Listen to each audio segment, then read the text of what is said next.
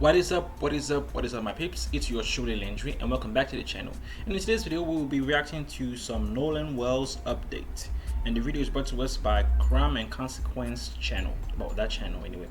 So when you get a chance, feel free to hop over there to let him or her know that you found the video via my reaction and that you decided to stop by to show some love and support by, of course, leaving a comment. So now, without further ado, let's jump straight right into this.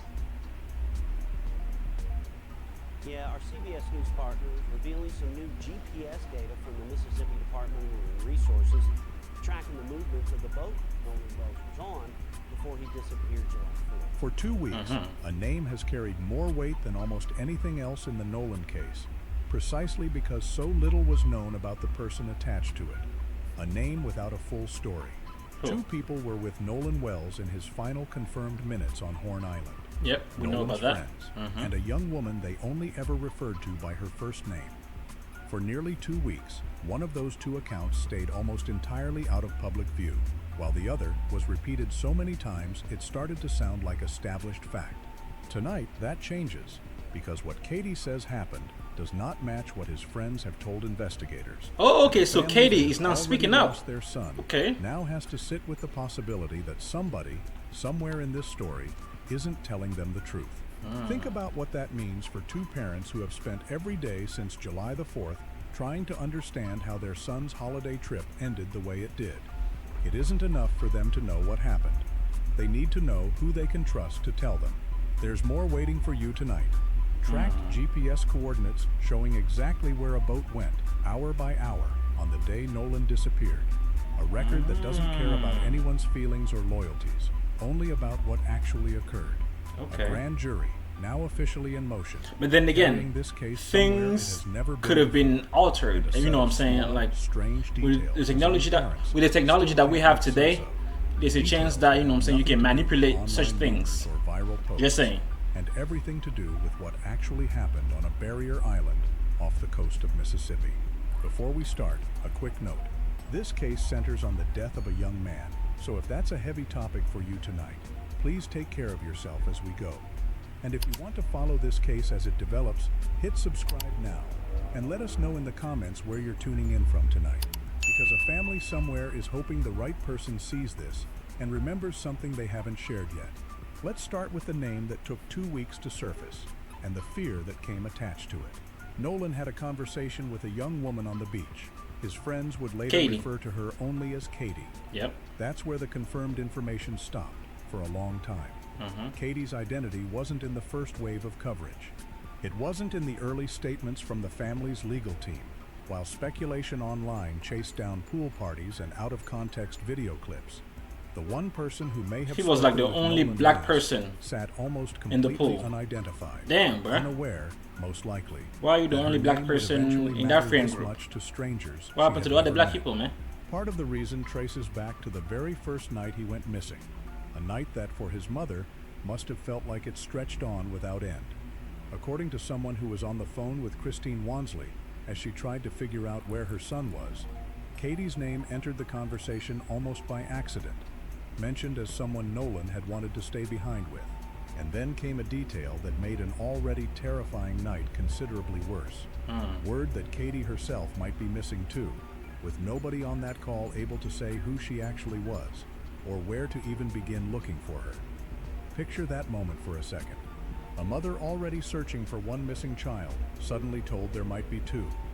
No name to attach to the second worry, no number to call, just more fear, stacked on top of fear that already had nowhere left to go. That particular fear turned out to be unfounded. Katie was never missing. She had left the island safely that day on a different boat, and had been reachable the entire time. Confirmation of that came not from police, and not from Nolan's friends, but from her own mother, Gracie McCormack, who Okay. posted publicly to correct the record once speculation about her daughter started spreading online in ways she never expected. According to McCormack, her daughter was on Horn Island that day, spent time with Nolan, and the 2 parted ways sometime that afternoon. She says her daughter has no knowledge of anything that happened to him afterward. She said goodbye to him. She got on a different boat. She went home to a mother who had no idea at the time that her daughter's name would soon sit at the center of one of the most talked about cases in the country. If that were the whole story, it would end there, quietly, the way most small footnotes in a larger tragedy tend to end. It doesn't, because attorney Ben Crump, representing the Wells family, says Katie's account of that final conversation is specific and hasn't wavered, and it conflicts directly with what Nolan's friends have said. According to Katie, Nolan told her he was planning to so it sounds like now we have to compare, their two stories. Her version versus the friend's version. The opposite, that he intended to stay behind on the island with Katie, entirely by his own choice, in his own words. That's what the Both friends were saying. statements cannot be accurate. One of these two accounts is wrong. And somewhere behind that single word, wrong, sits a family who has to live with not knowing which one it is. If Katie's version holds up, then something happened in the space between Nolan stating his intention to leave and the boat actually pulling away without him. Something interrupted whatever plan he had. Nobody has explained what. If the friend's version holds up, then Nolan made a deliberate, conscious choice to remain alone on a remote barrier island as his only ride home departed without him, which raises an entirely different question. Their version about what is true, happened to him in or is the hours truth, that followed, rather. alone, without the group he had spent the whole day with. This isn't a theory pulled from a comment section, or a claim built on speculation. It's a direct contradiction between two people who were both there, describing Nolan's last documented words in two ways that simply cannot be reconciled with each other. And right now, as of this recording, nobody, not the family, not the investigators, not anyone with the authority to say for certain, has resolved it. Nolan's parents are left holding two versions of their son's final choice, unable to know which one is real. There's a particular kind of pain in that specific uncertainty, one that's different from grief itself. Grief, terrible as it is, at least has a shape. It's the loss of a person you loved. But this is something else. The loss of even knowing your own son's last decision. Did he choose to stay, or did he intend to come home? For most families, that would be an easy thing to answer, pieced together from a dozen small confirmations that never even register as important until they're needed. For the Wansley family, it has become the single hardest unanswered question in their son's entire case, and nobody has been able to hand them a real answer yet. Now, beyond that conversation, there are smaller inconsistencies the family has raised publicly, the kind of details that would never make a headline on their own, but that add weight the longer you sit with them. Start with something as simple and as easy to dismiss as a piece of clothing. The official police report lists Nolan wearing black shorts at the time of his disappearance, but according to Christine Wansley, a young woman who was on the island that day later reached out and shared photos with her, showing Nolan in blue shorts, not black. On its own, it sounds like so nothing. When did he get A clerical the time to slip, change a shorts? misremembered detail. But try to see it the way a mother Or sees it. were A the mother who shorts no longer has the put ability on to simply him ask her son after what he was wearing certain that day, things or happened? why, or where he went afterward. For her, that detail isn't a footnote to move past. It's a thread. And once you begin pulling on one thread in a case built almost entirely on other people's memories, you cannot help but look for the next one. Then there's what happened before Nolan's body was even found, while his parents were still holding on to hope, still half expecting a phone call that would end this nightmare with relief instead of grief. They went to retrieve his car from a friend's driveway, a task that should have taken minutes. According to the family, it turned unexpectedly difficult. A friend came to the door claiming he couldn't find the keys. He went back inside to check again. Minutes passed, the kind of minutes that feel endless when you're standing on someone else's porch, waiting, with your missing son somewhere out there and no way to reach him. Eventually, the keys turned up exactly where another person, overheard on a phone call, happened to mention they had been the entire time. Sitting on top of an Xbox, inside the house. For a family already desperate for anything resembling a straight answer, a delay like that doesn't read as coincidence. It reads as friction, appearing at the exact moment they needed things to be simple. And then there is Nolan's phone.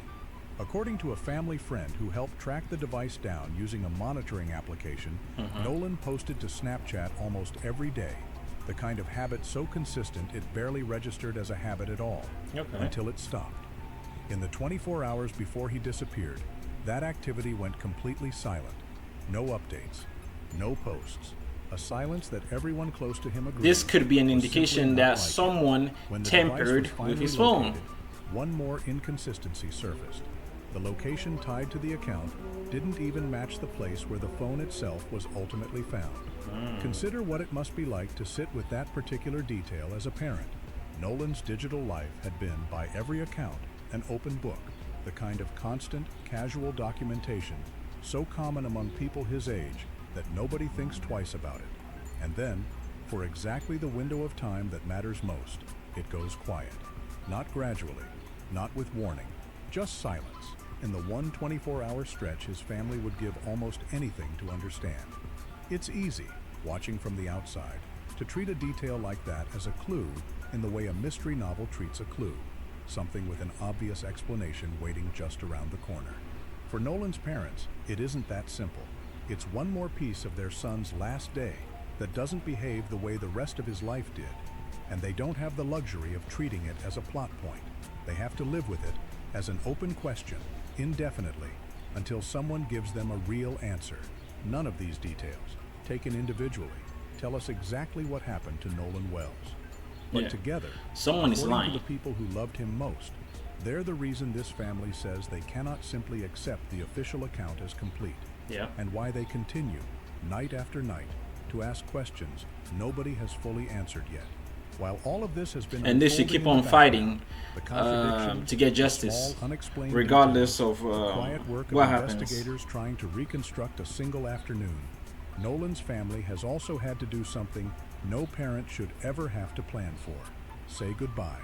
Christine Wansley announced that her son's homegoing celebration would be held on Monday, July the 20th, at Center Point Church in Ocean Springs, the same community that watched Nolan grow up, play football, and become the young man his coaches and teammates describe with such consistency. A place that once celebrated his signing day now has to prepare to lay him to rest. And they are and protesting? it's worth remembering, underneath every headline and every piece of tracked data, that this is still, fundamentally, a family grieving a son in front of an audience of millions they never asked for. That's part of why accuracy matters so much here. Every detail in this case is being absorbed not just by strangers online, but by two parents who will carry whatever gets said about their son for the rest of their lives. They don't get to walk away from this story once it stops trending. They live inside it, permanently now, and the only thing anyone watching can really offer them is care in how their son's story gets told. If you want to keep up with every confirmed development in this case as it happens, subscribe now, because what we're covering next isn't based on anyone's memory, or anyone's account, or anyone's version of events at all. It's based entirely on tracked data, the one part of this story that cannot be shaped by grief, or loyalty, or fear. Here is what the GPS record shows. Okay, let's go. At 9:56 in the morning on July the 4th, the boat carrying Nolan and his friends left its dock, beginning a day that no one on board could have known would end the way it did. By 11:14, it had reached Horn Island. For several hours afterward, the group stayed together, celebrating the holiday the way so many others were doing that same afternoon along that same stretch of coast. At 4:31 that afternoon, according to data from the Mississippi Department of Marine Resources, the boat left Horn Island. Nolan was not on board. It returned to its original dock, and then, rather than staying there for the night, it kept moving. At 5:52 p.m., the boat traveled into Fort Bayou. By 6:06, it was back at the dock once again. Later that night at 7:19 p.m., the boat's tracked position shifted one more time to the Fort Bayou boat launch. From there, according to the Marine Resources report, it was taken out of the water entirely and moved over land, presumably towed by a vehicle, to a residence in Biloxi, owned by the boat's owners. Sit with that sequence. 4 separate Whose boat was it? Recorded automatically after the moment Nolan was left behind. Not one simple boat trip home, but a series of stops across several hours, ending on land more than 70 miles from where the day began. That sequence, tracked without any input from anyone connected to this case, is the exact window investigators are still working to fully explain, and the exact window Nolan's parents replay in their minds, over and over, searching for what might have happened inside it. Now to where the official... I mean, I know this might be, somewhat of a stretch, but since we already have, satellites orbiting the planet or whatever, can't, asked for the government's help to like call this, investigate this further, in the sense that they can like use the satellite images and then kind of replayed what happened during that day specifically. Like, you know, because I'm guessing that the satellites can like, let me rephrase this.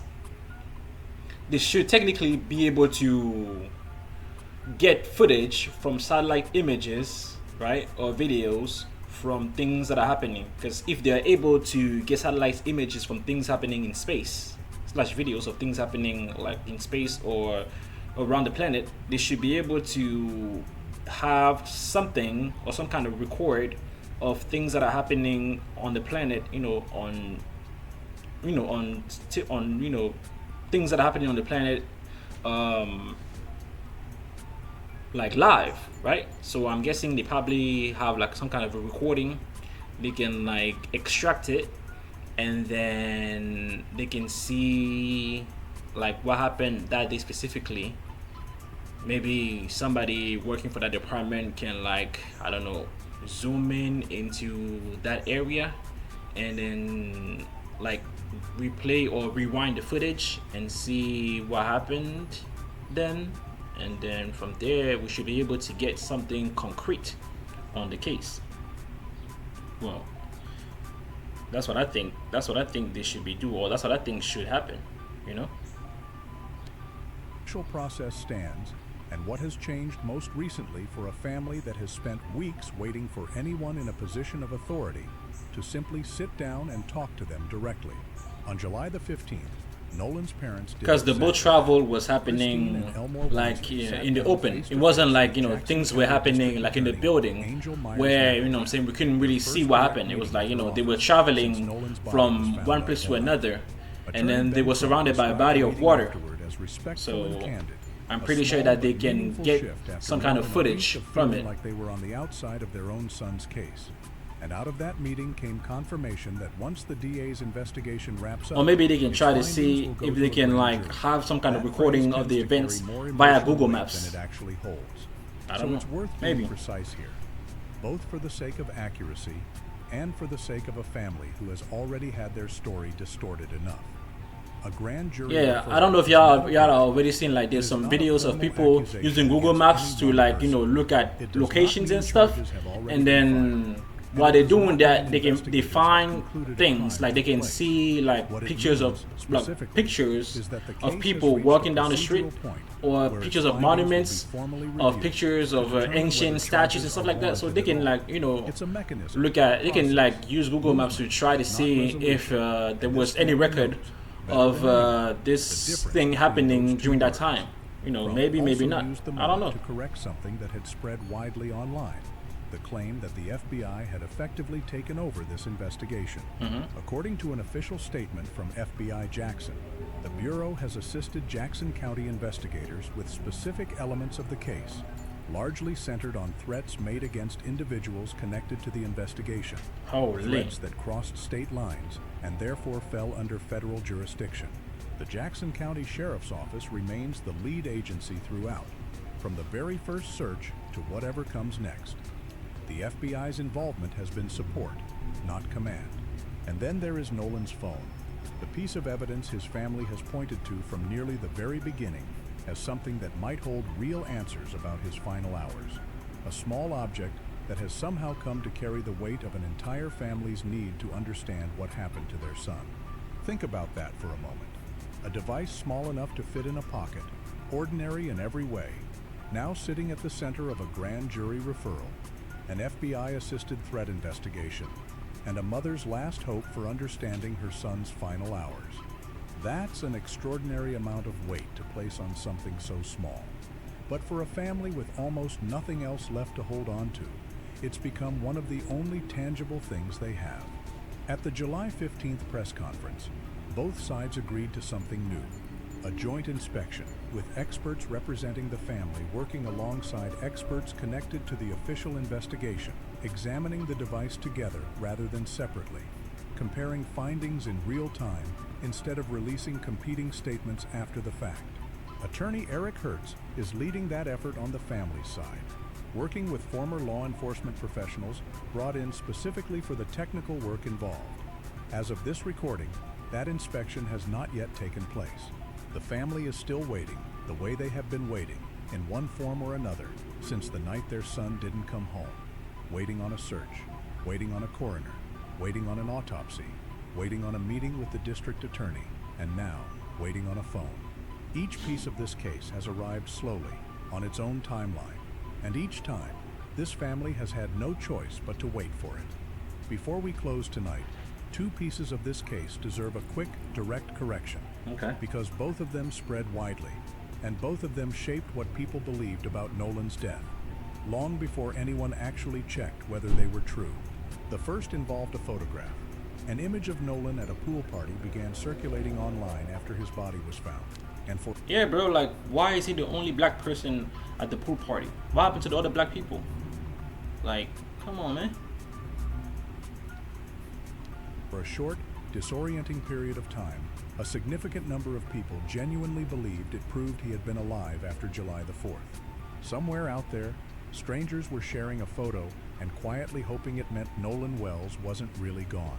Hope that a grieving family had to watch spread, knowing it wasn't true, and having to say so publicly, again and again. It wasn't true.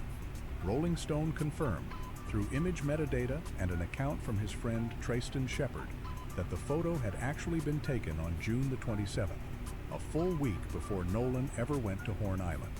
It had simply been uploaded online on July the 5th. Okay, so the which is picture what was caused the taken confusion about way its back in timing time. the Okay. first place. But even The still, second bro, involved why a video. is he the only Many person believed it in that captured friend group? Nolan in an argument shortly before he Or at that vanished, pool party? treating the recording online as though it were the missing piece of the entire case. Shepard addressed that one directly as well. The voice on the recording, he confirmed, was his own, not Nolan's.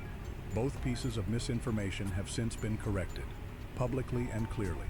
What's left, once you strip them both away, is what was always underneath them from the very beginning: the timeline, the unresolved contradiction between two first-hand accounts, and a family still waiting, patiently and publicly, for someone to give them real answers instead of theories. This case is still open. It remains, in every sense, unfinished. The grand jury hasn't concluded anything yet. The phone inspection, agreed to weeks ago, still hasn't happened. And the contradiction between Katie's account and the account given by Nolan's friends still hasn't been resolved by anyone with the actual authority to resolve it. What we've laid out tonight isn't speculation, and it isn't the version of this story that spread fastest online. It's what has actually been confirmed, by name, by record, by verified reporting, as of today. And it is, in many ways, the very least a grieving family deserves. Not another theory, not another rumor, just the truth, as far as it's currently known, told with the care this story has always required. Somewhere in Ocean Springs tonight, a mother is planning a service for a son she still doesn't fully understand losing. A father is still replaying a driveway, a set of missing keys, a phone call he overheard, and a young woman named Katie, who never asked to become part of a national story, is living with the knowledge that her final conversation with Nolan Wells has become one of the most scrutinized exchanges in the country, even though by every account she has done nothing but tell investigators what she remembers. That's the part of this story that's easy to lose underneath the grand jury language and the GPS Okay. timestamps and the legal terminology. Underneath all of it, there is still just a family in a small Mississippi community trying to understand how a holiday boat trip with friends ended with their son gone. Nothing about a grand jury referral changes that. Nothing about a joint phone inspection changes that. Those are steps, important ones, but they are steps toward an answer this family hasn't received yet. If this laid the case out more clearly than what you've seen elsewhere, send it to someone who's been following the story, and tell us in the comments which unanswered question you think matters most right now. The conversation on the beach, the GPS timeline, or one of the smaller details this family still can't explain. We'll be back with the next confirmed update, the moment there is one, because somewhere in Mississippi, a family is still waiting for the truth about that night, and they deserve to have it told right, without speculation, without shortcuts, and without anything added that isn't actually known. Hey man, I don't know about y'all, but something is really fishy about this case, especially concerning his friends and Katie. My man, shit. I think that, bro, they need to be investigated further, bro. We can't just let this one slide, bro, because it's been way too much, man. We got to do some. We got to do something about this, man. But like I said, bro, the best thing that can be done right now is to use satellites to replay the day slash replay a recording of what happened that day, especially around that area. Because like I said, the boat travel was happening, out in the wild, like in nature. So the recording of the video will show us exactly how the boat traveled and then the people, who were there when things were happening, or even when he quote unquote met Katie and then they were hanging out on the beach or whatever. Yeah, like the whole situation surrounding his passing was happening out in the open. So it's not like things were happening like in a room or in a building or something, so that people can say, well, we don't know what happened. There was no cameras there to record things, or we can't really tell you. You know what I'm saying? Things, it was happening out in the wild. If they can give us footage of things happening out in space, I'm pretty sure that they can give us footage of things happening in real time, in the world, like in the world, in like in our city, states, or whatever, man. They should be able to pull things like that quite easily. But hey, that's just my take on things. Y'all let me know what you think. As always, if you haven't already, make sure to like, comment, share, subscribe, / hit the bell icon to stay tuned for more. But most importantly, if possible, feel free to hit that super chat / donate, as it is the best way to support your boy. Love you all, and I'll see you in the next one. Ciao.